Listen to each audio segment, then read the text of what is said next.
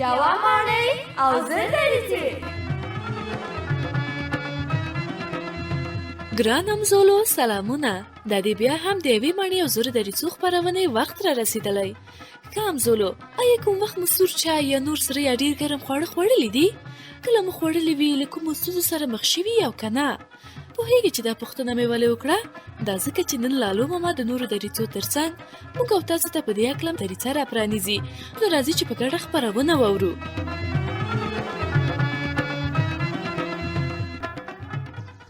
زمزمې دا دې ماڼۍ ته خو راورسېدو، خو لالو ماما نه ښکاري.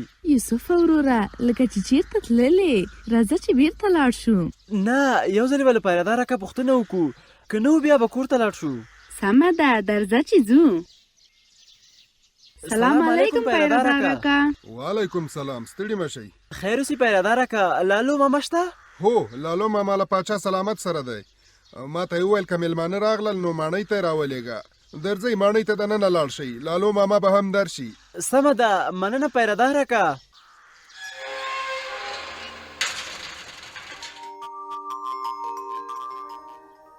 هغه دی لالو ماما د ماڼۍ په زینو کې راکوزیږي.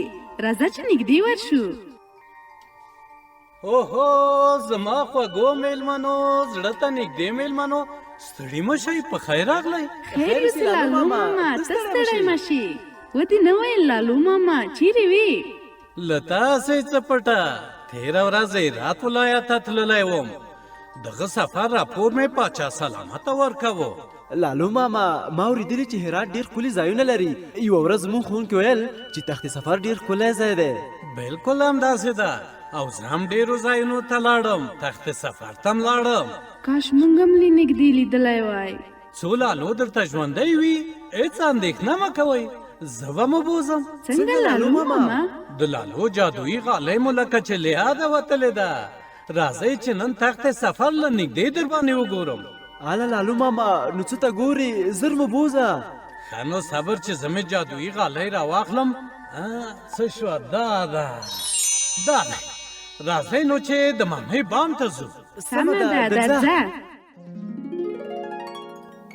صبر چې دا غالۍ دلته په بام اواره کم. دا هغسې دا دی، اواره مې کړه. اوس نو په غالۍ کښېنئ چې ځو د خیره. دا دی لالو ماما، موږ کېناستو. اوس مو نو سترګې پټې کړئ چې غالۍ الوزي. دا دی سترګې مو پټې کړې.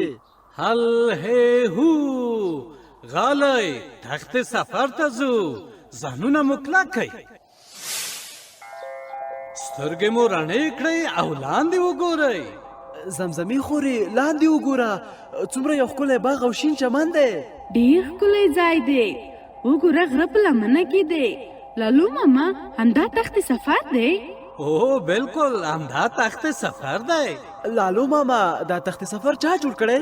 دا تاریخي ځای د یوې مشهورې میرمنې ګوهرشاد بیګم په غوښتنه دغه وخت د حاکم په وخت کې جوړ شو. لالا هلته ګوره یو تخت هم ښکاري چې له ډبرې جوړ شوی. لالو ماما ولې دې ته تخت سفر وایي؟ له تاسې څه پټه، د سفر په نوم یو کس و، هغه به په دغه تخت کې ناسته او خپلې غواوې به یې دلته د غره په لمنه کې څرولې. د همدې دپاره دغه ځای د تخت سفر په نوم یادیږي. دا ښکلی پارک له تاریخي او فرهنګي اړخه خورا ډېر شهرت لري. هغه څنګه؟ زه خو صحیح پوه نه شوم. له تاسې څه پټه، دا پارک د هغو میلمنو او مشرانو لپاره ځانګړی شوی چې غواړي بلخ، سمرقند او بخارا ته سفر وکړي. د دې پارک بنسټ د سلطان حسین بااقرا لخوا ایښودل شوی و، خو د وخت په تېرېدو سره ویجاړ شو. هر حاکم په خپل دور او زمان کې هڅه وکړه چې بیا ځلې جوړ کړي. لالو ماما دا څه وخت جوړ شو؟ د 1419 او 1420 هجري شمسي کلونو ترمنځ، یعنې تقریبا 15 کاله مخکې د دې پارک د جوړولو کار بشپړ شو. زمزمې خورې هلته وګوره، څومره ډېر تفریحي ځایونه لري. نور څه لري لالو ماما؟ له تاسې څه پټه، دې پارک کې د عامو خلکو ترڅنګ رسمي او دولتي میلمنو لپاره ځانګړي ځایونه جوړ شوي چې هر کال ډېر داخلي او خارجي میلمانه او سیلانیان د دې ښکلي ځای لیدو ته راځي. د دې پارک میلمستون هغوی ته یو ښه د اوسېدو ځای دی. دا پارک نور څه لري لالو ماما؟ د دې پارک په باغ کې یو ښکلی موزیم جوړ شوی او ټول خلک دغه د آثارو د ساتنې لپاره هڅه کوي. مشرانو ویلي دا زموږ او تاسو د ټولو مسؤلیت دی چې له پارکونو او شنو چمنونو څخه ساتنه وکړو، خراب یې نه کړو او څوک پرې نه دو چې ونې او ګلانې وشکوي. خیر اوسې لالو ماما، زموږ ټولې پوښتنې دې راځواب کړې او تخت سفر دې را باندې ولید. چې پوښتنې مو خلاصې شوې نو سترګې مو پټې کړئ چې بیرته ماڼۍ ته ځو. سمه ده لالو ماما. هل هی هو غالی بیرته ماڼۍ ته ځو. سترګې مو رڼې کړئ. وی دا د بیرته د ماڼۍ بام ته راورسېدو. اوس نو بیرته لاندې درځئ چې د ماڼۍ دهلیزونو ته لاړ شو. دا خو په رښتیا هم چې ډېر په زړه پورې معلوماتو. زه خو دا ټول معلومات خپلو ملګرو ته وایم. زه هم خپلو ټولو خورلڼو ته وایم چې هیڅکله د پارکونو او باغونو ګلان او ونې ونه شکوي. آفرین زما خوږو میلمنو، تاسو خو ډېرې خبرې زده کړې. او په دې هم پوه شوم چې افغانستان یو فرهنګي هېواد دی، ډېر تاریخي پارکونه او باغونه لري. همداسې ده نازولو. څنګه تږي شوم. هغه د دې میز پر سر د چای ترموز او ګیلاس ایښي. صبر چې ځان ته یو ګیلاس چای واچوم. اوس به یې وڅښم. اوف اوف اوف اوف. زمزمې خورې څه وشول؟ ولې دې اوف اوف وکړ؟ و زمزمې جانې ولې دې خولې ته لاس نیولی؟ څه در باندې وشول؟ لالو ماما ډېره تږي شوې وم. د میز پر سر د چای ترموز او ګیلاس ایښي وو. یو ګیلاس چای مې ځان ته واچول او ومې څښل.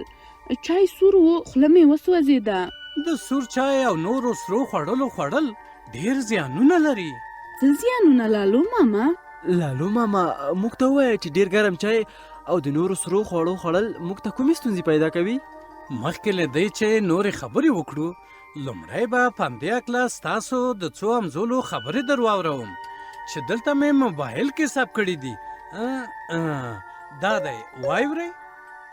نوم مې پلوشه ده. موږ یو چیرې میلمانه تللي وو. موږ ته یې نوی چای راوړ. زه ډېره تږې وم. ګیلاس مې راواخیست، شوپ مې کړ. چای سور و، خوله او ژبه مې وسوځېدله. څو ورځې مې هېڅ شی نه سوی خوړی.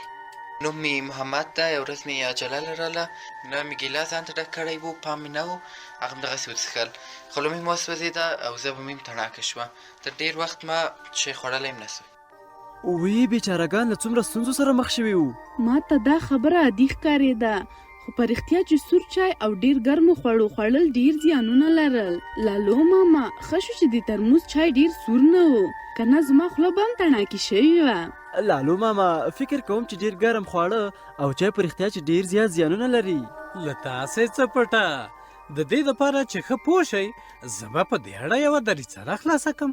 زما د زړه خبر دې وکړه لالو ماما. هله زر دریڅه راخلاصه که. لالو ستاسې خدمتګار، هر یو امر ته تیار. دریڅې له تاسې زر، دا تاسې او دا هم دریڅه. اوهو دا صدیقه ولې ژاړي؟ ته صبر چې نږدې ورشم.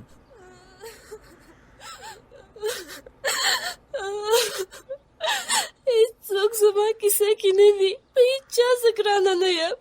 له پرون راهیسې مې خوله سوی او درد کوي. هیڅ ډوډۍ نشم خوړلی. خور جانې ولې ژاړې؟ څه شوي؟ وروره کله چې مې مور په کور کې نه وي، هیڅوک مې په کیسه کې نه وي. صدیقې خورې خیر دی مه ژاړه. ووایه څه شوي چې د حل لاره ورته پیدا کړو. لالا خوله مې سوی او درد کوي. له ډېره درده مې ټوله شپه خوب نه ده کړی. خورې زه خو یم، تشویش مه کوه، زه د حل لاره پیدا کوم. نه پوهېږم څه وکړم او له چا کومک وغواړم. تر څو مې چې مور راځي زه باید دې ستونزې ته د حل لاره پیدا کړم. فکر کوم هغه هلک محمد دی. صبر چې نږدې ورشم. محمد زویه خیرات خو به وي، ولې داسې چورتي او ځان سره خبرې کوې؟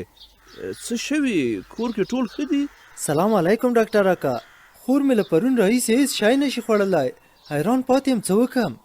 علیکم السلام. زوی جانه تشویش مه کوه، دا دی زه د کلینیک خواته روان یم.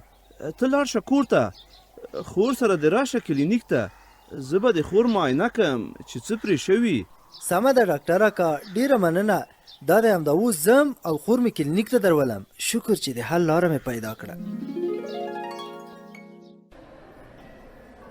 اوف خوله مې ډیر درد کوي ډاکټر اکا تالو او خوله مې ډیر سوی لري صدیقې جانې ته د خولو خلاصه که چې زه د تالو او خولو وګورم ډاکټر اکا په خور مې څه شوي ولې ټوله خوله یې داسې شوې محمد جانه صبر ولره دا دی ګوره مې صدیقې جانې ټوله ژبه او تالو دې تڼاکې شوي کوم سور شی خو به دې نه وي خوړلی په یاد مې نه دي صبر فکر وکړم هو را یاد شو پرون مو جوش کړي کچالو پاخه کړي وو ما کچالو پوستول یوه ټوټه مې وخوړه کچالو ډیر سورو په ژبه او تالو کې مې ونښته زر مې یخې اوبه وڅکلې خو تالو او ژبه مې وسوځېده د دې تڼاکو علت دې هماغه جوش کړی کچالو دی د هر ډول ډیرو ګرمو خوړو او سور چای څښل ستونې ژبې او مرۍ ته ډیر ضرر رسوي ډاکټر اکا د خور خوله خو به مې ډیره نه وسوي زر به ښه شي که نه محمد جانه د صدیقې خور تالو دې سوی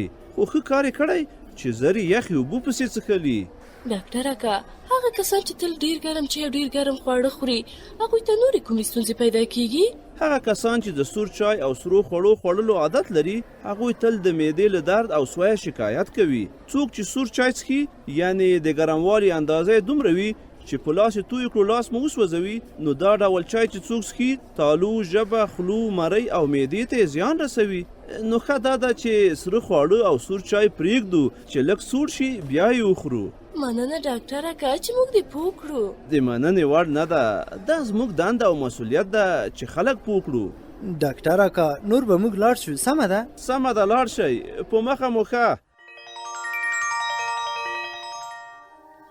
لالو ماما ښه شو چې نن دې د ډیرو ګرمو خوړو او څښاک په زیانونو پوه کړو زه په دې پوه شوم چې هېڅکله ډېر ګرم چای او خواړه ونه خورو ځکه ژبه او مرۍ مو سوځوي هو او هر ډول خواړه اول باید ووینو چې ډیر سره نه وي بیا یې وخورو وایم آفرین شاباس تاسو خو په رښتیا ډېر څه زده کړل د جایزې وړ یاست په جایزه کې څه درکم لالو ماما په جایزه کې راته یو بله دریڅه راخلاصه که بالکل سمه ده دا چې تاسو ونه کړئ ګیله زه به درته خلاصه کړم دغه دریڅه ما نوم اسمت زه په ښوونځي کې وم یو ورځ یو صنفیانو سره تصمیم ونیو چې لاړ شو ایسکریم خانې ته او کور کې مې سویلي نو ایسکریم خانې ته چې لاړو زموږ د مکتب جامې په ځان کې وه او بېرته کور ته چې تلو یو څو ځوانانو مو ډېر وځورولو او ډېر وډار شولو او کور ته هم ډېر ناوخته لاړو او کله چې کور ته لاړم مور مې ډېره راباندې په غوسه شوه او راته یې وویل چې بیا داسې یو کار ونه کړم او زه هم به له هماغه ژمنه مې وکړه چې هېڅکله داسې یو کار ونه کړم مننه لالو ماما نن دې ډیر ښایسته دریڅې راخلاصې کړې او مام چې څه زده کړل دا معلومات خپلو نورو همزولو ته وایم لالو ماما که دې خوښه وي موږ به لاړ شو پاتې شئ ما سره ډوډۍ وخورئ مننه لالو ماما ناوخته کیږي د خدای په امان لالو ماما الله مو مال شه